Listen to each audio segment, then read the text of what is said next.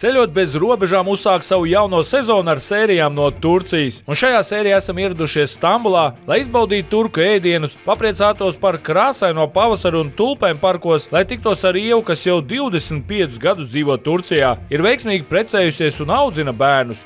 Un kā nu bez gardas turku kafijas, tirgus apmeklējumu un Ādanas kebaba.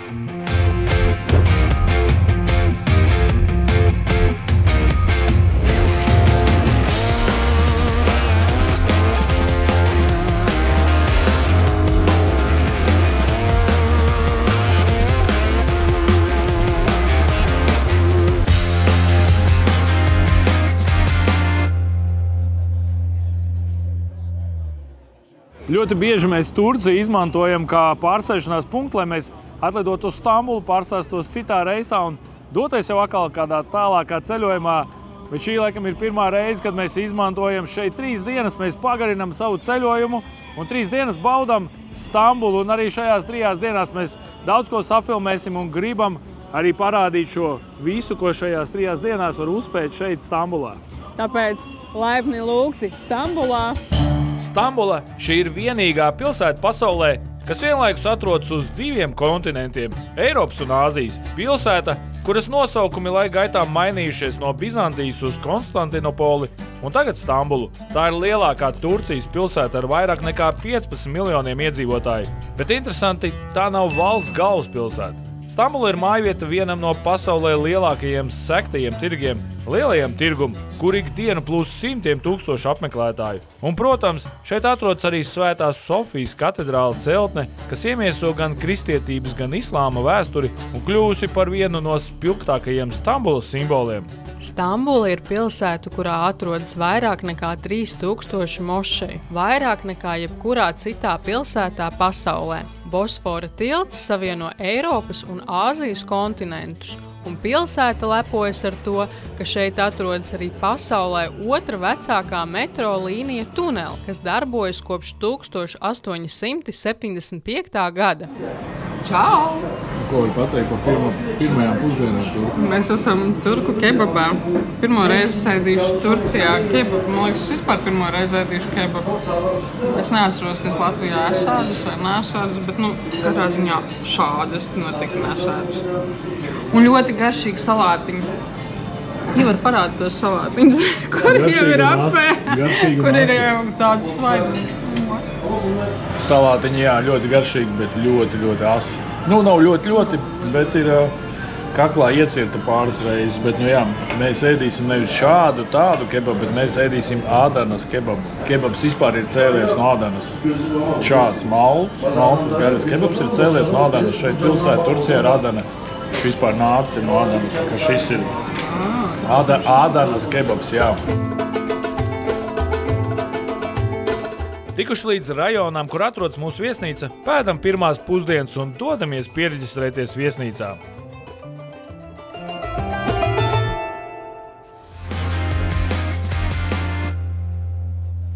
Jau otro dienu izzinamies ar metro, jau nedaudz vairāk kaut ko saprotam, vismaz jau kaut kādi dzirdami ir pazīstami vārdi un nosaukumi, bet tik un tā patreiz īsti nesaprotam. Pilsēta ir nedaudz lielāka par Dobalu, tādēļ mums ir patreiz grūti orientēties. 10 sekundītes nokavējām savu metro. Neko. Tūlītā varēsim uzfilmēt, kā mēs skrienam pa sliedēm. Ko? Evi, mēģinās? Mēs esam atbraukuši uz Āziju. Evita vispār ir pirmo reizi Āzijā, šajā kontinentā, šajā pasaules daļā, tā ka viņai jāievēlas ir vēlēšanās. Un kas tu zini, varbūt arī viņai piepildīsies. Šīs kājas, viņas botas, šīs kājas ir pirmo reizi Āzijā. Un tas mūsu piedzīvojums vēl nebeidzās, jo mēs tālāk dosimies vēl tālāk uz Āziju, vēl tālāk uz austrumiem, vēl tālāk uz dienvidiem. Bet tagad mēs gaidām vienu latviešu meiteni Ievu, kas šeit dzīvo jau daudzus gadus. Viņa solīja mums nedaudz parādīt Āzijas pusi un nedaudz arī, protams, izstāstīt, ko tad viņa šeit dara un kā viņai šeit labi klājās.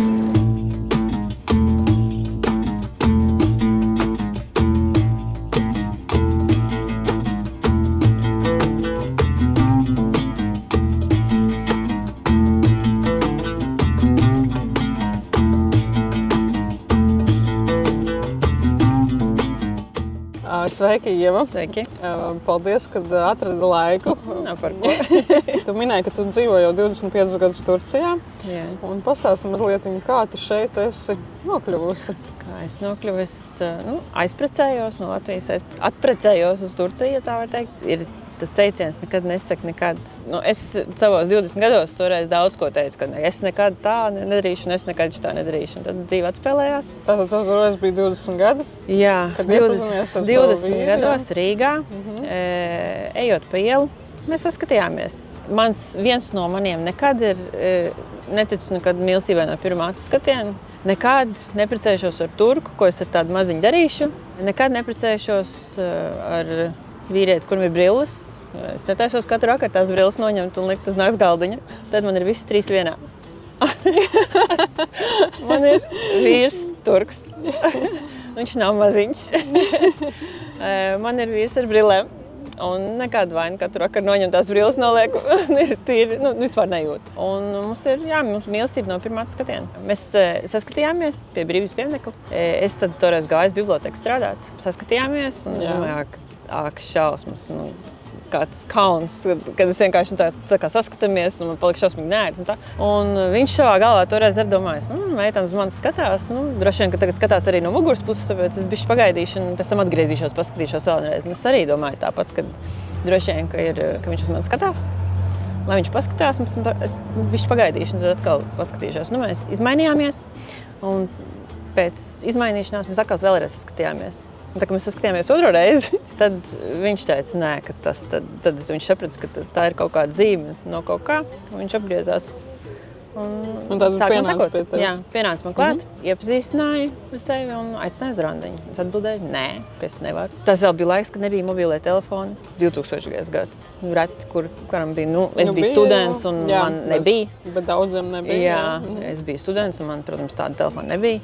Un tad viņš teica, vai drīkst piezvanīt? Es teicu, ka jā, drīkst. Un tad viņš man zvanīja uz mājas telefonu. Uz mājas telefonu? Jā, bija konkrēts. Es nezinu, kāpēc es iedevu īsto numuru, es nezinu. Jā, ir bijis iepriekš, ka man prasa, es nedodu īsto numuru, vienkārši kaut kādu kombināciju un viss. Bet es iedevu īsto numuru, tad viņš pirmo reizi zvanīja, es teicu, nē, ka man nav laika. Tad viņš otrais zvanīja un es teicu, ka nē, ka man nav laika. Un es tolaik dzīvoju pie vienas tantes un viņa teica, meitiņ, ko tu dari? Es saku, ja zvanīs 3 reizes, tad es piekritīšu, bet ja nē, tad nē. Un viņš piezvanīs savai mammai un teica, ka mamma, tu zini, ir viena meitene, man patīk, bet viņa man saka, nē. Un tā mamma viņam teikusi, cik reizes tu piezvanīji? 2. Piezvanīji 3. reizi, tad viņa teiks, jā. Un tā viņš piezvanīja 3. reizi, tad mēs aizgājām uz randiņu. Viņš tur bija iebraucis atpūtā vai viņš bija atbraucis līdzi savam labākajam draugam, kurš plānoja lūgt latviešu meitenes roku. Tātad tavs vīrs sekoja savu draugu pēdā. Nē, draugs neaprecējās un aizbrauc tukšā atpakaļ, un mēs aprecējāmies. Varbūt tā bija tu? Jo viņš vienkārši brauc līdz, viņš pirmo reizi par tādu Latviju vispār neko nebija dzirdējis. Pirmo reizi brauc līdz kaut kādā tādā afērā, tā kā iesaistījās. Viņš nekad nevienai meitenei nav uz ielas sekojis. Man viņš tā saka, ka viņš neesot sekojis nevienai līdzi. Bet mēs ātri iepazināmies, mēs ātri sapratām, ka viss, ka mēs... Ka viens bez otru nevarat, ka mēs metam kauliņus kopā, jā. Jo viņš jau birnoši atbraucis uz kādu nedēļu, vai ne? Viņš bija uz nedēļu, mēs iepazināmies. Kā jūs tālāk uzturējāt to kontaktu un vispār kā tu nolēmi? Mēs iepazināmies otrdien, ceturtdien viņš teica, es redzu tevi kā savu bērnu māte, uz ko man bija tā, jau pagaidi, višķiņ, tā kā sabremzējamies, višķiņ. Pēc mēnesi es atbraucu pirmo reizi uz Stambulu. Vēl pēc mēnesi viņš atbrauca uz Latviju. Atkal, un tad jau man bija gredzens pirkstā. Visiem bija šoks. Es nezinu, gaidīju kaut ko citu. Domāju, ka es esmu apvārdota vai tas viss, ar turku, prom uz Turciju, un vai tu traka, vai tev prāts. Viņam bija jāiet armijā. Es gaidīju, kamēr viņš atnāk no armijas. Tad tomēr bija laiks, lai apdomātu, vai tas, ko tu dari. Tas nebija tā, ka jūs jau pēc nedēļas pēc mēneša. Nē, mēs iepazināmies 2000. gadā un 2001. gada beigās apprecējāmies. Tomēr bija tāds. Precējāties jūs laulājāties šeit Turcijā? Jā, jo Latvijā bija to grūtāk izdarīt. Viņš gribēja, lai mēs laulājamies Latvijā, bet Latvijā bija toreiz ar papīriem bija ļoti grūti viņam. Tur bija tādas, man toreiz nepatika tas, ka Latvijā viņu pret viņu neizturās kā pret līdzvērtīgu. Un tad es biju tā, kas teica, ka nē. Jo te pret mani izturējās tāpat kā pret jebkuru sievieti. Bet Latvijā toreiz tā nebija. Tur bija tādas vairākas lietas, ko viņi prasīja. Tātad sanāk, ka tu uz Turciju pārvācies aptuveni pēc 2 gadi, ja, kad jūs iepazināties ar savu vīru, pēc laulībām uzreiz? Uzreiz pēc laulībām, jā. Pēc pusotru gadu, var teikt, jā. Turcijā. Un kā tev bija vispār šī pārvākšanās, kā tu iedzīvojies? Šoks. Kā ir tā valoda, kā tu vispār... Sākumā bija šoks, jo tu nesaproti neko. Viss ir pilnīgi savādāk. Man liekas, ja tas būtu šodien, tad tas būtu vieglāk, jo ir komunikācija ar mājām. Jebkurā brīdī mēs varam, no WhatsApp vienalga no kā pazvanīt uz mājām un redzēt un tā tālāk. Tad tas tā nebija. Tas bija telefons reizi nedēļā. Un es biju iemest pilnīgi svešā vidē un sāku visu no nulles. Valodu, kultūru, normālu sadzīvi, jebko.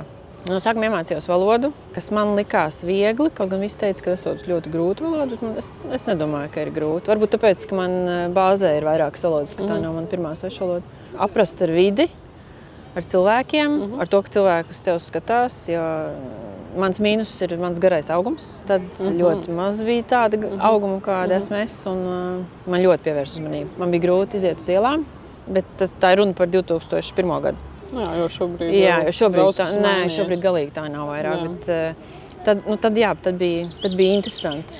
Bija kaut kāds vairākas reizes, ka es teicu, labi, viss, kur tas mans čemodāns?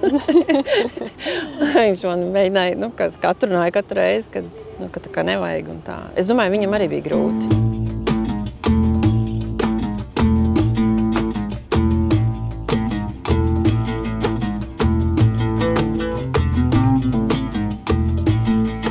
Esam atnākuši uz kurienes pensionāru kafejnīcu. Pensionāru kafejnīcu.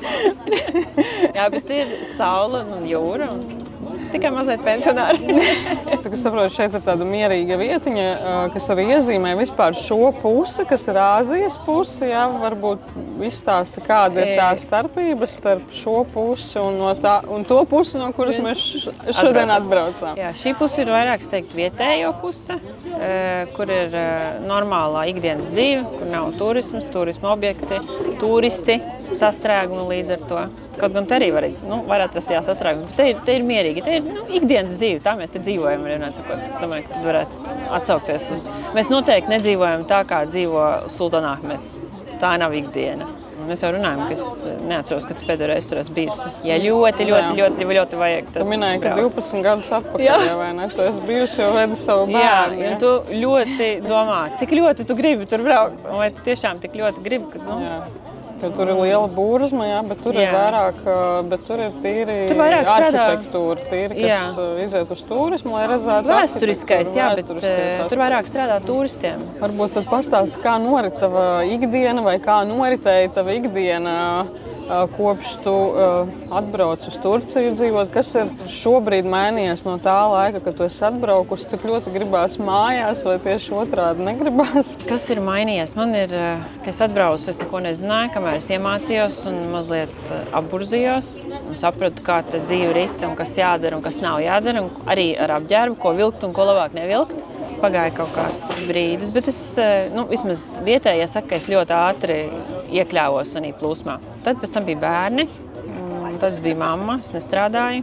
Bija 2 varianti man strādāt un kāds cits auklē mūsu bērnus vai nestrādāt un auklē pašai. Vīrs jau no paša sākuma jau diezgan tā, savas vēlmes izteica. Viņš arī teica, ka viņš grib, lai es auklēju pati, jo mums ekonomiskā ziņā mums nevajag, lai es strādātu īstenībā. Es zinu, ka bija kaut kāds tāds viens brīdis, ka pēc pirmajiem bērniem, ka es teicu, ka nē, ka es Latvieta, es visu varu pati un man vajag visu pašai. Un viņš teica, tev ir maz, man vajag vairāk strādāt. Un ka viņam bija šoks, ka es es pati un tā. Tad pēc kaut kāda laika, kad bērni paaugās, es domāju, ka es gribu pati, ka man tomēr vajag kaut kā attīstīties, ka man nepietiek tikai būt viņa sievai un viņu atbalstīt un tā tālāk. Es izmācījos, aizgāju uz konditorijas skolu. Šeit, jā? Jā, šeit. Es izdomāju, ka man vajag, ka es nevaru vienkārši tāpat cept kūkus, man vajag tam pamatojumu, ka es esmu ieguvusi diplomu, un tāpēc es tagad varu cept kūkus. Ieguvu savu diplomu, tad es atvēru savu mildu. Atvēru savu mildu, kas varētu teikt, ka tā nav kā kūkotava, viņa ir kā cep kūkus uz pasūtījumu. tā arī nav kafejnīca, jo es tā kā klients arī nepieņēmu. Un tad izpaudos tur, bet tad visādu nesakritību dēļ sanāca pamest. Un tagad ir tā, ka tagad es baudu, kā tas ir, ka man ir lieli bērni, kad es varu veltīt laiku sev, ka man nav jāstrādā, ka man nav jādomā par ekonomisko daļu. Es varu dzīvot tikai sev. Tu velti laiku šobrīd sev. Jā, pilnīgi absolūti tikai sev. Saka, lūdzu, tu minēji par apģērbu. Kas ir tās lietas tiešām, kuras te nevajadzētu vilkt, un varbūt arī, vai tas attiecas arī uz turistiem, vai tomēr Es domāju, ka uz turistiem neattiecās, un arī ļoti interesanti. Man bija ļoti liels problēmas ar apģērbu. Varbūt tas atkal dēļ mana auguma ir, es nezinu. Jo man, teiksim, bija tā, ka uz ielas izejot, ja man ir augstspējuši kurpes, tad ir viss. Tad man ir vairākas reizes jāstāsta, vai es esmu apģērbusies, vai kas ir tas, kas ir savādāks kā citiem, kāpēc tik ļoti uz mani skatās. Es arī Latvijā nekad neesmu tā ļoti atkailināti ģērbusies. Tā kā tādā ziņā kā nekas īpaši tā kā daudz nav mainījies, bet svārki. Kādreiz man ļoti patika īsti svārkus valkāt. Ļoti patika, bet tad es atbraucu uz Turciju, es sapratu, ka, nē, labāk tik īsti, tomēr labāk nē. Tagad, protams, ir savādāk, un vairs neviens uz to tā ļoti neskatās, bet toreiz sapratu, ka nē, kad bikses ir labāk nekā svārki. Vismaz kādu laiku. Kad es esmu kopā ar vīru, tad es varu vilkt, ko es gribu, tad ir vienalga jau. Tas ir savādāk, bet ja es esmu viena pati, arī tagad, man liekas, ja es, piemēram, viena pati iekāptu un brauktu, arī uz to pašu Sultānahmetu. Es arī tomēr piedomātu, lai es neesmu pārāk moderni un atklāti saģērbusies. Slikti ir tas, ka es saprotu, ko cilvēki saka, jo es zinu turku valodu. Man ir bijis, ka es stāvu rindā pēc kafijas un izskatos, pēc ārzemnieces, bet pietiekami gudrs, lai iemācītos turku valodu ātri. Un man aiz muguras stāv meitenes un saka, ja viņa ir sieviete, tad kas mēs esam mēs? Tu saspringsi un domā, kas ar to tiek pateikts. Skaties, domā, apģērbies esi. Tāpat, divas kājas, divas rokas, divas acis, visi kā viens. Bet tad beigās saprotam, ka iet runa par manu augumu. Es esmu gara un viņas ir maziņas. Tad tas ir tas, ja es esmu tā sieviete, kas esam mēs. Tad kaut kādas tādas interesantas piezīmes. Tad ir ļoti piesaist ar Krieviju, ar Krievu meitenēm. Un turki māk dažas frāzes krieviski, un ar to arī viss beidzās. Ir dienas, kad man tas netraucē, un es tēlu, ka es nesaprotu, bet ir dienas, ka es pagriežos un kaut ko sulīgi pasaku atpakaļ. Bet tas ir turciski. Un tad ir šoks, bet es jau tā nedomāju. Ir vēlreiz ļoti bieži, kas izmantoja, kas ir ārzemniece, lai gaidu, kas būs. Kādreiz man bija bail, man bija reāls bailes iziet uz ielas. Tagad man nav bail. Un kādreiz vīrs saka, tu esi pārliecināta, ka tu nejūties nedroši. Es jūtos droši. Jautājums ir, kā jutīsies tie pārējie, kas kaut ko man mēģinās teikt. Kas ir tās lietas, varbūt, kas tiešām pietrūkst no Latvijas atbraucot? Svaigs gaiss. Te nekad nav svaigs gaiss. Nav tas svaigs gaiss, ar ko es saprotu, kas ir svaigs gaiss. Te nav. Te vienmēr ir tāda kā sauna mazlietiņa. Vienalga, lai liekas, kad ir svaigs, nav. Ziemā Latvijā atvēra logu un ir svaigs gaiss. Tu ieelpo to. Jā. Tā ar logu, te ir gaiss, bet tas nav tas. Es atceros, kad sākumā, kad es braucu atpakaļ uz Latviju, laidos ar lidmašīnu lejā un ir zaļi koki un Turcijas ar turkiem braucām, lidojām un laičamies lejā un turku bērni saka, māmu, te ir zaļš mežs. Un es domāju, ak, dieniņ, no kurienes tu cilvēciņ esi, tu mežu neesi redzējis. Tas ir tik normāli. Tagad es pa to pašu ceļu, pa tiem pašiem zaļiem mežiem. Laižos lejā un vienmēr pie sevis iedomājos, ak, dieniņās, cik zaļš mežs. Tas, man liekas, ir tāds. Te nav. Tā zaļā krāsa nav tāda zaļā krāsa. Tā daba mums tomēr ir tāda piesātinātā, sulīgāka. Jā. Te ir blāvāks. Droši vien dēļ saules.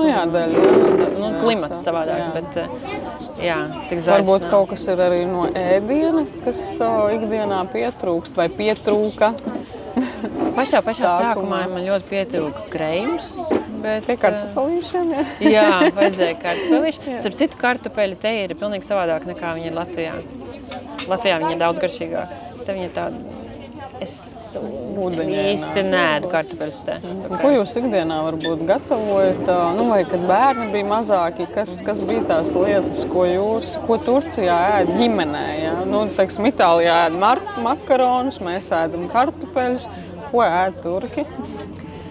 Mums bija, man liekas, sajaukums starp Latviju un Turciju. Es nekad tā kā īsti neatkāpos no latviskā un nekad arī nebija pret turcisko. Es varētu teikt, ka mums nekad nebija ļoti latviska virtuve, mums arī nekad nebija ļoti turciska virtuve. Bet tādas klasiskas vakariņas, tas droši vien būtu rīsi vai bulgurs kopā ar kaut kādu gaļu. Par gaļu ir tā, ka es zinu, ka man vīrs vienmēr jautāja, kāpēc Latvijā viņi to gaļu nogalina vispirms un pēc tam cep. Jo mēs, ja taisām gaļu, mēs parasti viņu iemarinējam vai kaut kā viņu sagatavojām.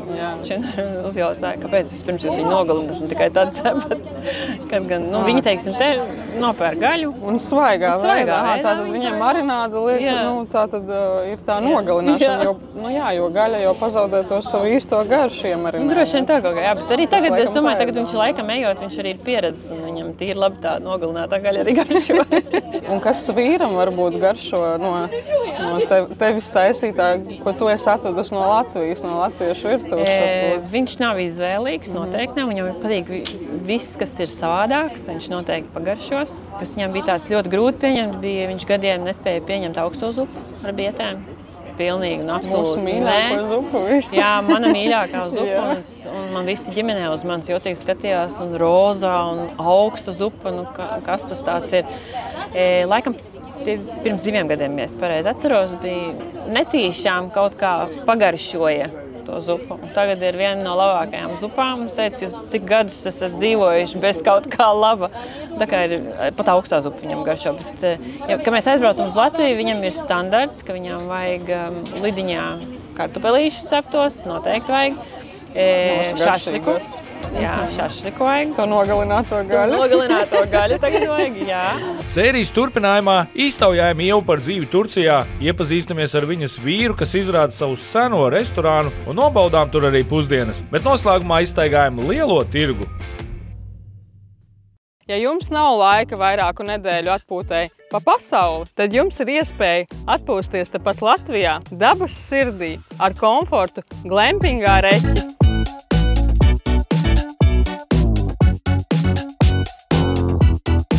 Glampings reķi, sauļojies, kurini ugunskuru, šūpojies, brauc ar supiem vai sēdi kuplā un vēro zvaigžņotas debesis. To visu pasūti ar prieku Booking.com. Iepriekš sērijā ierodamies Stambulā, nogaršojam Adanas kebabu un tiekamies ar Ievu Āzijas pusē. Baudām skaistos turku dārzus un aprunājamies par pirmajiem iespaidiem un pirmo lielo turku mīlestību. Pastāsti varbūt mazliet, un vēl mēs pirmīt runājām par cenām. Mēs runājam par gaļas cenām, ja, kas jums šobrīd ir. Tu minēji, ka maltā gaļa kilogramā maksā 21 eiro. Jā, tas ir pēdējos gados, kad turkuliras vērtības strauji kritās. Jā. Tātad mums nav dārgas cenas Latvijā. Es vienmēr saku, ka Latvijā, ja kāds sūdzās, vienmēr prasu, ir slikti salīdzinot ar ko. Man ir ar ko salīdzināt. Es varu teikt, ka nav slikti. Un teiksim, olas cik maksā un piens, kādas tās cenas mainās visu laiku, starp citu. Ir piemēram tā, ka, es domāju, ko Latvijā nevar piedzīvot.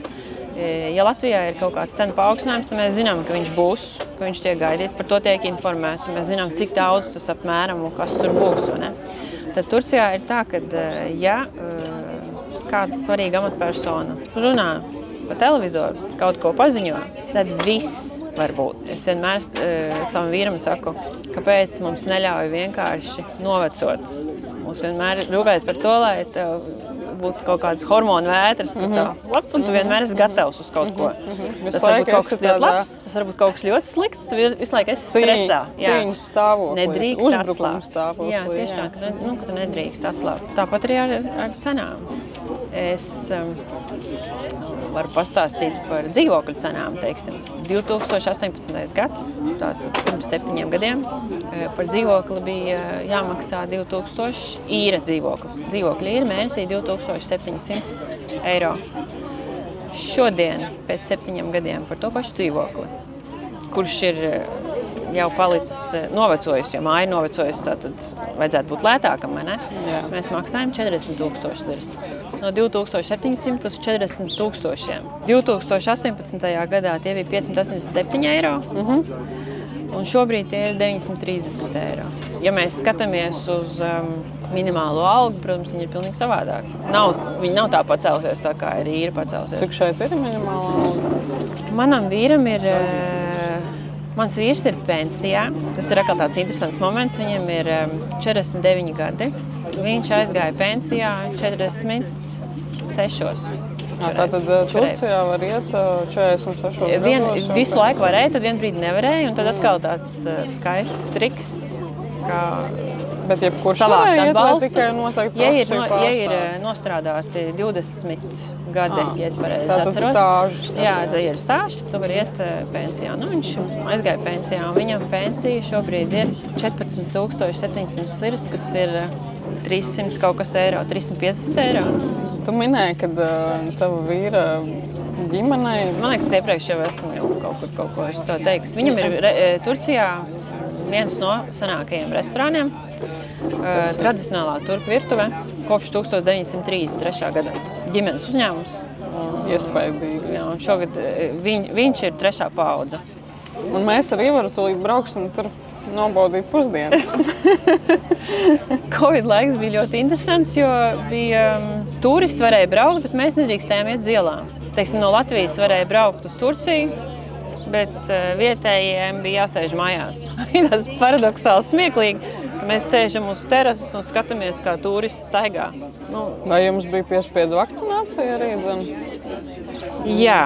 Piespiedu tieši. Piespiedu, bet tas bija vairāk uz vietas, te nevienu neko nevarēja piespiest, jo tā masa ir tik liela un tik daudz, ka tur tā nevar. Vecākiem cilvēkiem bija, jā, tāpat kā Latvijā. Sākās tāpat kā Latvijā, un tie sākuma tie dati bija, ka mēs esam tā kā labāk aizsardzībā nekā Latvija vai Eiropa vispār. Bet pēc tam, protams, es godīgi neticu, ka turki kā nācija spēja pakļauties kaut kādiem noteikumiem un kaut ko ievērot. Ja kaut kas ir, tad tas ir tāpēc, lai viņi pārkāptu. Jautājums ir, kā mēs viņu varam pārkāpt. Tātad, kad jums vajadzēja sēdēt mājās, jūs gājāt laukā? Jā. Teiksim, es esmu dzīvoju Turcijā, jā, bet es esmu Eiropietis, es esmu latvietis. Ja man kaut ko pasaka, tad es to uztveru nopietni.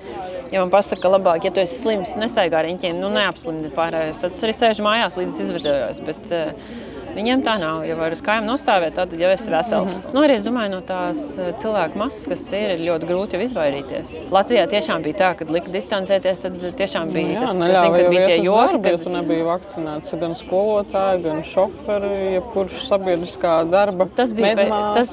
Tas nebija tas otrais vilnis. Es zinu, ka tad pirmā vilnī, ka vienkārši bija jāsēž mājās. Šeit Turcijā medpersonālam arī vajadzēja vakcinēties? Jā, obligāti. Jā, un viņiem vajadzēja vakcinēties ar tām vakcīnām, kas nāca no Ķīnas. Viņiem nebija iespēja izvēlēties. Pirmais, kas nāca, tie viņiem bija jāvakcinēs. Mums ir draugi, mediķi, un viņiem nebija iespēja izvēlēties. Teiksim, Latvijā tomēr ir iespēja izvēlēties. Es gribu to vai es gribu šito, vai ne? Vai es negribu? Es nezinu. Mums bija, trīs laikam, jā, mums bija 3 vakcīnu. Te mediķiem pirmais, kas nāca. Ko nolika to? Jā, un arī gados vecākiem cilvēkiem. Pirmā, kas nāca. Bet bērni, protams, netika aizlikt. Mani lielie bērni tika, jā, mazā netika. Lielie bērni tajā laikā 20. gadā bija meitai 15 un dēlam 17. Un vajadzēja vakcinēties? Jā. Jo? Lai ietu skolā? Lai ietu skolā, lai izbrauktu no valsts, ja vajag aizies izbraukt pēc tam. Jo neņēma jau pretī. Tas ir tāds vēl interesants variants, ko es gribēju pastāstīt, kas ir savādāks turkiem nekā eiropiešiem, ko eiropieši nesaprot. Es domāju, latvieši noteikti nesaprot. Ja turks izdomā, ka viņš kāps lidmašīnā un brauks Latviju, lidos Latviju, izejot cauri paskontrolē Turcijā, lai viņš tiktu cauri tai paskontrolē, viņam jāsmaksā nodoklis. Viņam ir jānopērk tādu uzlīmīte. Lai viņš pamest savu valsti, viņam ir jāsamaksā par to. Jā, viņš par to samaksā. Tas ir tas, ko es zinu, ka es stāstīju saviem vecākiem, kā jāsamaksā.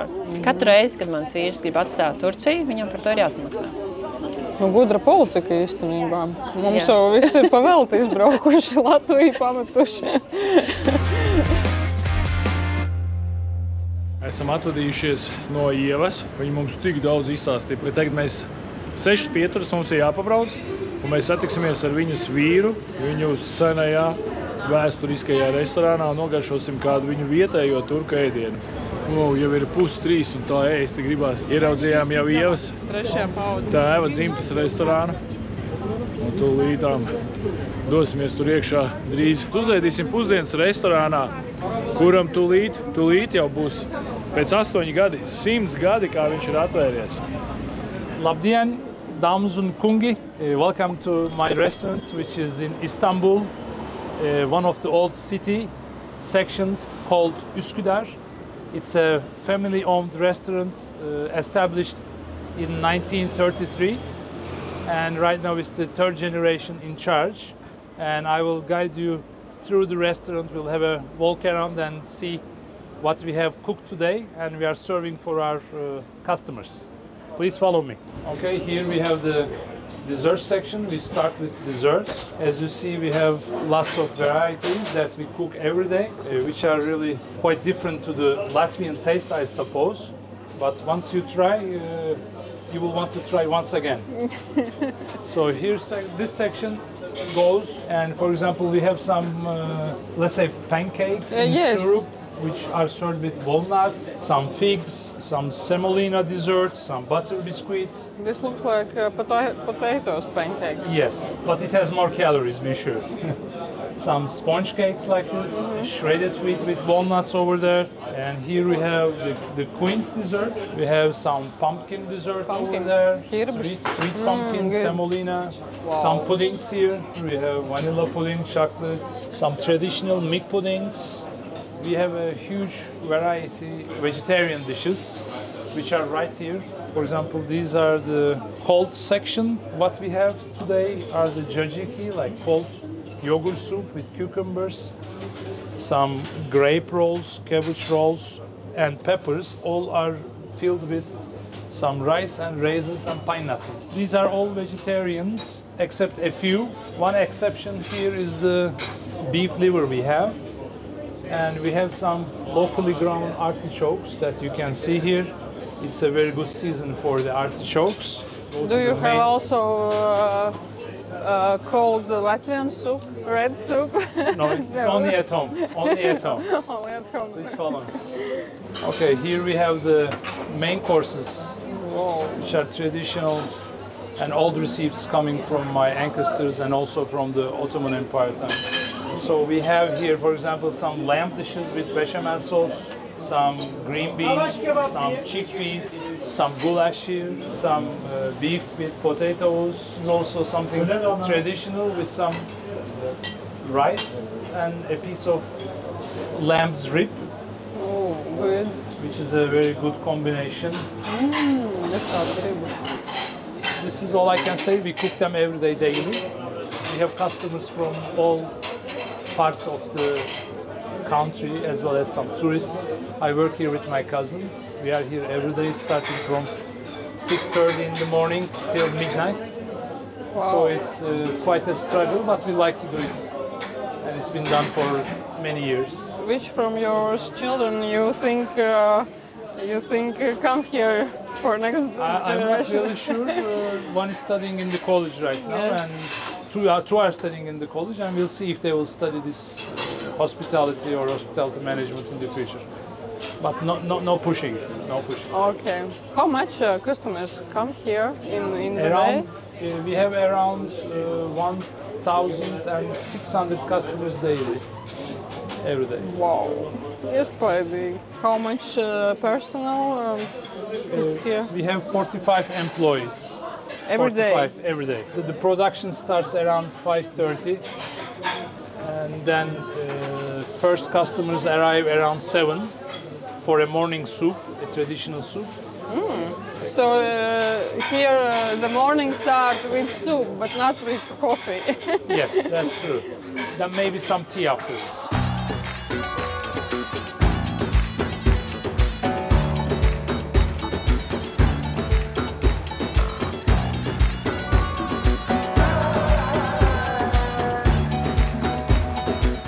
garšīgi paēdām pusdienas.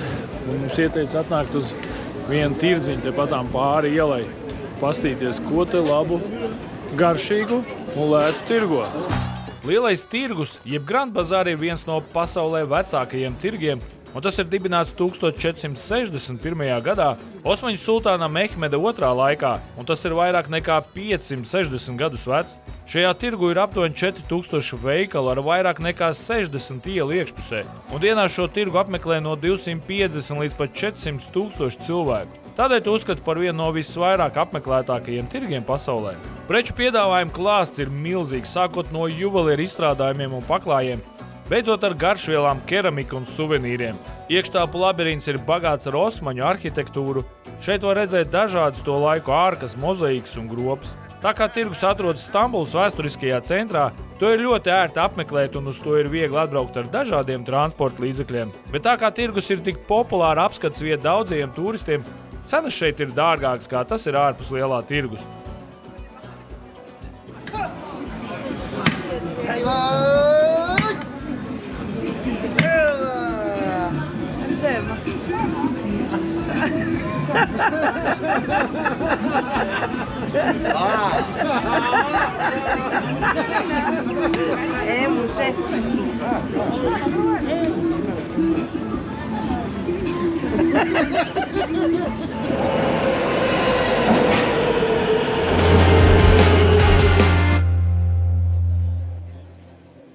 Horizontu bišķi pagriezt taisni uz otru pusi.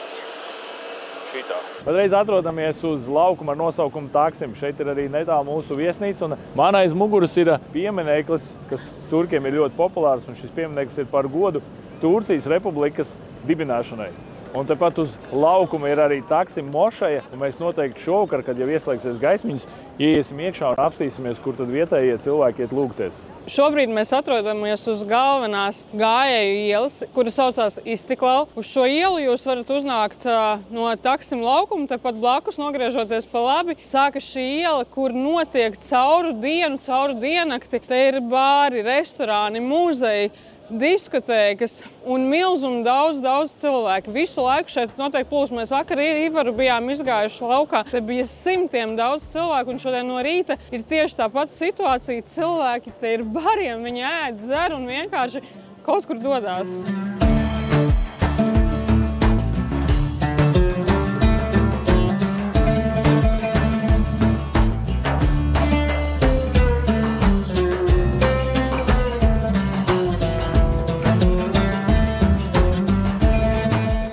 Mēs esam ienākuši tādā mazā sānieliņā, kur nekad mūžā jūs nevarētu iedomāties, ka tieši šeit, šajā necelajā ieliņā, atrodas vislabākā turku kafija visā Turcijā. Šī skaitās tiešām viena no top vecām kafejnīcām, kura tev pasniedz vislabāko tieši turku kafiju visā Turcijā. Šobrīd mēs pasūtījām vienu kafiju, nobaudīsim to un pastāstīsim, kā tā garšoja.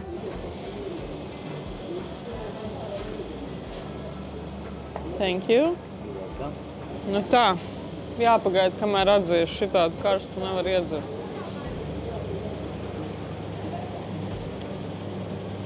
Wow!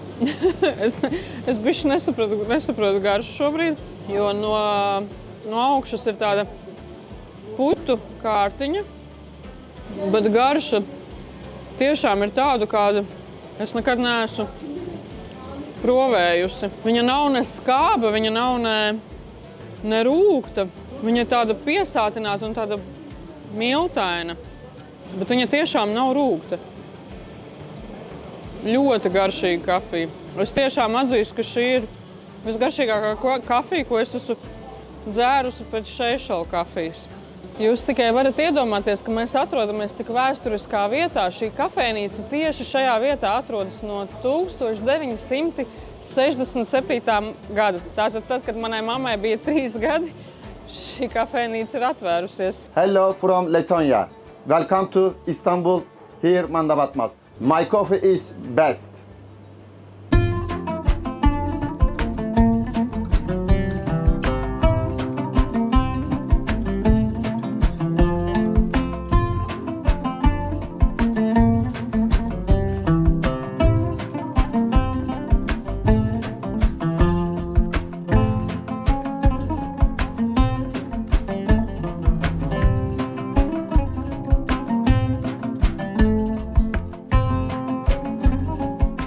Esam nonākuši ļoti pārpildītā vietā.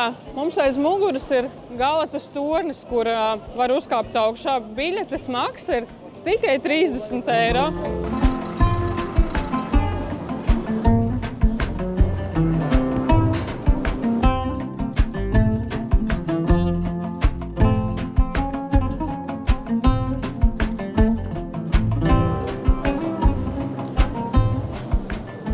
Ļoti daudzās vietās šeit Turcijā uz ielas tirgo šāda veida mīdijas, kuras tu vari vienkārši nopirkt par 800 lirām vai turpat 20 eirām un stāvēt un vienkārši ēst. Šeit iekšā ir mīdija kopā ar rīsiem, ja godīgi sakot. Viņa ir liela, tāpēc, ka tur kaut kas ir ielikts iekšā.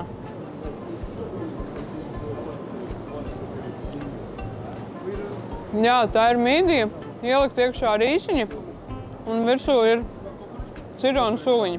No mīdijas nav negaršas, ir nedaudz pikanta un ļoti labi jūtās rīsi. Un tieši tāpat blakus arī cep zivtiņas. Šīs zivtiņas ir domātas zivju burgeriem un zivju vrapiem, ko mēs nekad neesam ēduši, un mums tas liekas kaut kas pilnīgi jauns, jo es, piemēram, tādu redzu kaut ko pirmo reizi. Bet šodien pusdienās mēs noteikti centīsimies pagaršot. Un 3 soļu attālumā no mīdiju vietas un burgeru vietas ir arī šāda glauna restorāna tipa vietiņa. Izskatās lieliski.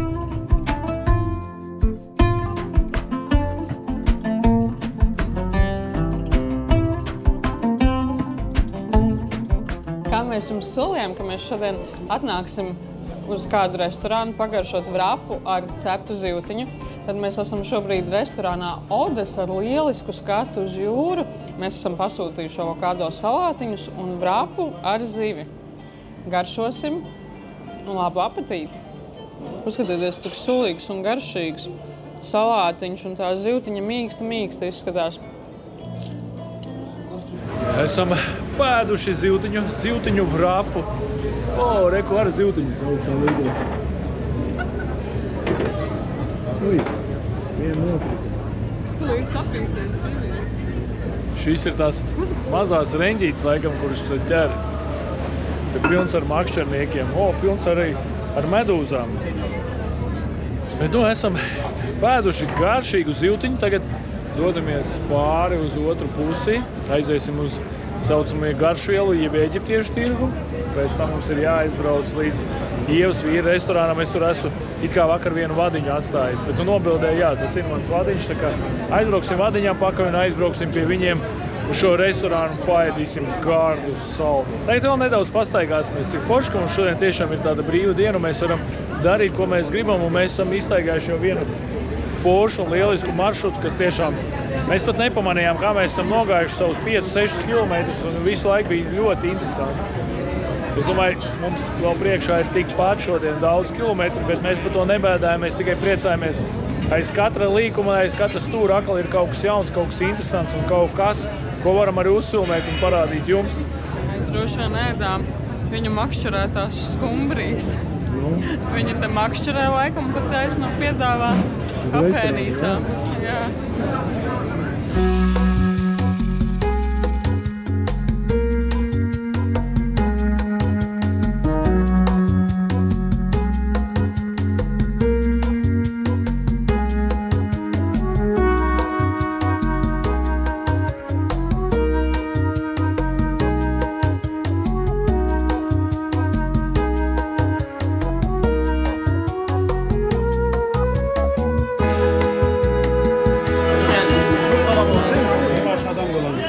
Visi iesprūdām, kaut kur iesprūdām uz priekšu, knapi tiekam uz priekšu.